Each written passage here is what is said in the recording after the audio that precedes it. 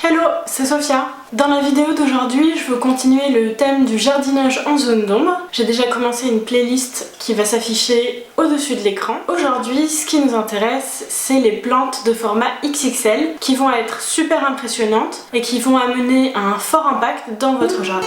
La première plante dont je veux vous parler, c'est les acanthes. Il y a plusieurs espèces qui sont cultivées, mais l'espèce la plus commune dans les jardins, c'est Acanthus mollis. C'est une plante vivace qui peut facilement dépasser les 1,50 m de haut et à peu près autant d'envergure. Elle apporte beaucoup de structure au jardin, d'abord parce que les feuilles sont de taille très imposante et puis elles sont aussi profondément découpées, mais aussi l'inflorescence est absolument magnifique. Elle fait parfois plus de 50 cm de haut. C'est une plante qui est assez commune dans les jardins, donc si vous êtes amateur de cultivars un peu rares, n'hésitez pas à aller faire un tour, il y a de nouvelles variétés super chouettes, comme par exemple une acanthe à feuillage vert pomme, ou bien encore une acanthe au feuillage panaché de blanc. Maintenant passons aux conditions de culture. C'est une plante qui est rustique jusqu'à au moins -10 degrés. Elle fleurit entre les mois de mai et août une fois qu'elle est bien installée. Et c'est une plante qu'on retrouve à l'état naturel dans le bassin méditerranéen, ce qui explique sa haute résistance à la sécheresse une fois qu'elle est bien installée, sa tolérance au terrain calcaire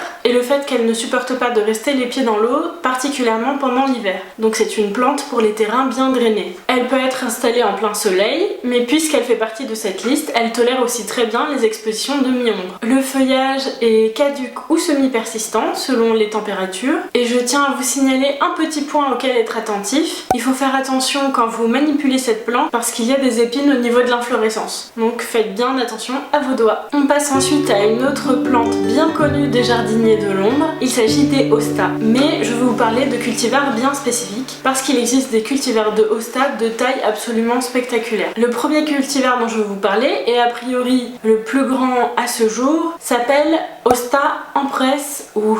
Je ne suis pas sûre de réussir à trouver des variétés de ce cultivar libre de droit facilement, donc vous n'en aurez pas forcément à l'écran parce que c'est une introduction assez récente de mémoire, mais je vous conseille d'aller faire un tour sur internet, ça vaut vraiment le détour. En effet, le Hosta Empress Wu peut faire plus de 1,20 m de hauteur pour presque autant de large. Les feuilles du Hosta Empress Wu ont toujours la forme cordée, donc en forme de cœur, typique des feuilles de Hosta, mais elle va avoir une texture un peu plus coriace, être un peu plus épaisse et aussi présenter une texture un petit peu gaufrée. Le fait que la feuille soit un peu plus épaisse est assez intéressant parce que le cultivar est réputé résister un petit peu mieux aux attaques de limaces et autres charmants gastéropodes. Autre point intéressant avec ce cultivar, le feuillage se teinte d'un vert bleuté pendant une partie de l'année et donc ça amène un contraste de couleurs qui est super intéressant au jardin. Si vous ne trouvez pas le cultivar Empress Wu, vous pouvez chercher d'autres cultivars de Hosta qui sont aussi de grande taille. Je crois qu'il y a aussi le cultivar Woolala qui est, je pense, dérivé du cultivar Empress Wu. Mais vous avez aussi d'autres cultivars de Hosta comme Big Mama, Big Daddy et je crois la série Angel aussi. On passe maintenant aux conditions de culture. Les hostas sont des vivaces à feuillage caduc et elles sont rustiques jusqu'à peu près -15 à -20 degrés Celsius. Donc ce sont des plantes vraiment très résistantes au froid. Elles apprécient des sols qui restent frais, vraiment de type sous-bois, et elles sont parfaites pour les coins ombragés. Elles supportent des terres neutres, voire un petit peu acides, et un des gros avantages des hostas, c'est d'accepter d'être plantées dans une terre un peu lourde, argileuse ou qui reste un petit peu humide. Vu la taille des feuilles, l'idéal c'est d'installer les hostas dans un coin qui va être bien à l'abri des vents pour éviter que les feuilles ne s'abîment. Les hostas produisent de jolies fleurs en été, mais elles sont généralement plantées principalement pour leur feuillage. Alors ça c'était deux plantes de taille XL. Maintenant je voudrais vous présenter deux plantes qui sont elles de taille XXXL. Vous n'aurez pas forcément la place et les conditions spécifiques pour les installer dans votre jardin, mais ce sont des plantes qui font vraiment voyager, donc je tenais à vous en parler. De plus, pour chacune de ces deux plantes, je vais vous proposer une alternative de taille plus abordable, on va dire, à installer dans votre jardin. La plante gigantissime que je veux vous proposer en premier, c'est le Gunnera manicata. C'est une plante que vous avez peut-être croisée si vous aimez vous balader dans les jardins botaniques. C'est une plante gigantesque qui est souvent plus grande qu'un humain et elle est aussi impressionnante quand les feuilles sont totalement développées que quand elle commence à sortir d'hivernage. Par contre, je ne vous recommande pas forcément d'installer cette plante chez vous. Déjà, il faut prévoir beaucoup de place pour elle. En plus, il faut des conditions de culture un petit peu spéciales. En revanche, si vous adorez les tailles des feuilles impressionnantes de la Manicata, si vous appréciez la structure qu'apportent ces forts pétioles, je vais vous proposer de cultiver à la place de la Gunera Manicata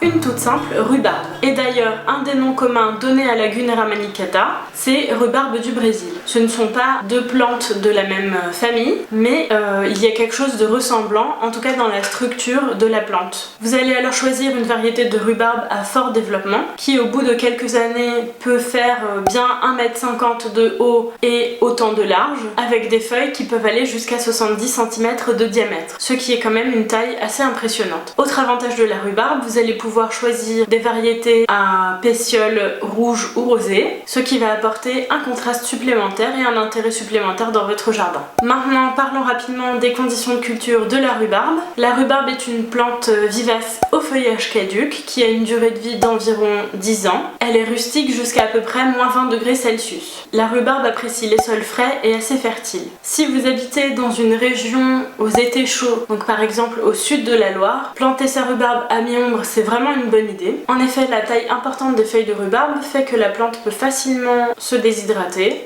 Or, la rhubarbe n'apprécie pas trop les conditions très chaudes et très sèches. Allez, retournons un petit peu auprès des plantes géantes qui font voyager. Je voulais vous parler des fougères arborescentes. Ce sont des plantes très en vogue en ce moment. La plus adaptée à notre climat, c'est Dicksonia antarctica, qui est rustique jusqu'à peu près -10 degrés Celsius. Ce sont des fougères qui sont originaires d'Océanie et si vous cherchez des photos de ces plantes dans leur milieu naturel, vous verrez qu'il n'est pas du tout difficile d'imaginer un dinosaure dans ce décor. Et ce sont d'ailleurs des plantes qui sont apparues sur Terre il y a fort longtemps. Elles ont une apparence très exotique parce qu'elles ont un stipe qui ressemble à la base d'un palmier et par contre elles vont avoir des frondes très légères, très aériennes, tout en délicatesse. Vous pouvez bien sûr commander une fougère arborescente pour votre jardin. Ceci dit, elles sont la plupart du temps importées d'autres continents, demandent une humidité ambiante assez importante, poussent lentement et auront sûrement besoin d'une protection pour l'hiver. Alors si ce look vous plaît, pourquoi ne pas installer tout simplement de belles et grandes fougères ?